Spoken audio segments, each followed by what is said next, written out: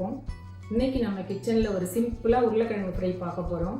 இது எல்லா variety rice கூடயும் சாப்பிட்றதுக்கு ரசம் சாதம் எல்லாத்தோடையும் சூட்டபிளாக இருக்கும்.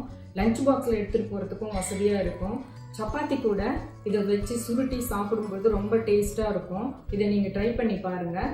இப்போ அதுக்கு தேவையான பொருட்களை பார்த்துக்குவோம்.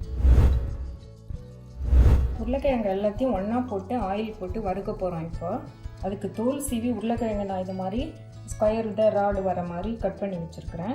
இது கூட சீக்கிரத்துக்கு மஞ்சத்தூள், உப்பு, குழம்பு மிளகாய் தூள், வெறும் தூள் கொஞ்சம் போடுறதுன்னா போடலாம். ஆனால் இதில் எல்லா மசாலாவும் இருக்கிறதுனால நல்லாயிருக்கும். பெருஞ்சீரகத்தூள் வாசனைக்காக பெருஞ்சீரகத்தூள், தனியாத்தூள், இவ்வளோதான் இதுக்கு தேவையான சாமான். இந்த உருளைக்கிழங்கை இது மாதிரி கட் பண்ணுறது எப்படின்னு நான் தனியாக ஒரு வீடியோ போடுறேன். எந்தெந்த டிஷ்ஷுக்கு எப்படி எப்படி கட் பண்ணி சேர்த்தா தான் அது ஒரு அழகாகவும் இருக்கும். சமையலே ஒரு கலைன்னு சொல்லுவாங்க. இப்போ நூடுல்ஸ்க்கு அது மாதிரி தின்னாக ஸ்ட்ரிப்பாக கட் பண்ணணும். ஃப்ரைட் ரைஸுக்கு ரைஸ் மாதிரியே கட் பண்ணணும்.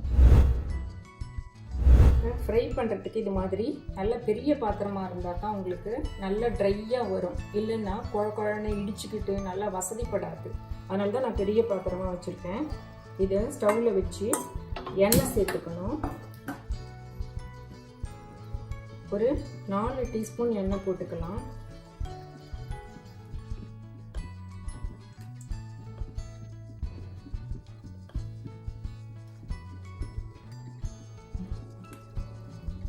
இது கூடவே உருளைக்கிழங்கு கட் பண்ணி வச்ச உருளைக்கிழங்கு, மஞ்சள் தூள்,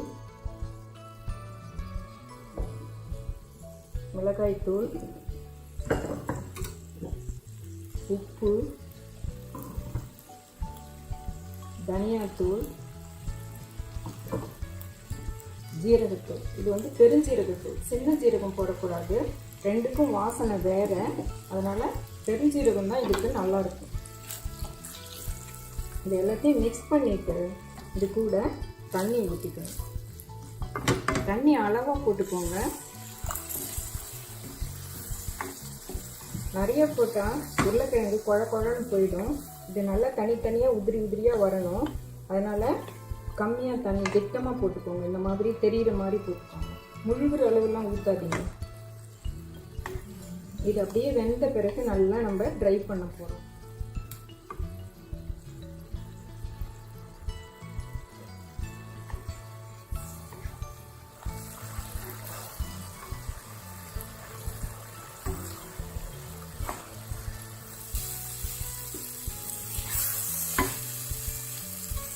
இந்த மாதிரி நல்லா ட்ரை ஆகும் பொழுது தீயை குறைச்சி வச்சுடுங்க. அப்படியே திரும்ப இருக்கணும். அதுலேயே இது இருந்தால் தான் நல்லா ஃப்ரை ஆகிடும். இல்லைன்னா நசன்னு இருக்குது பார்த்தீங்களா, இது இருக்கக்கூடாது.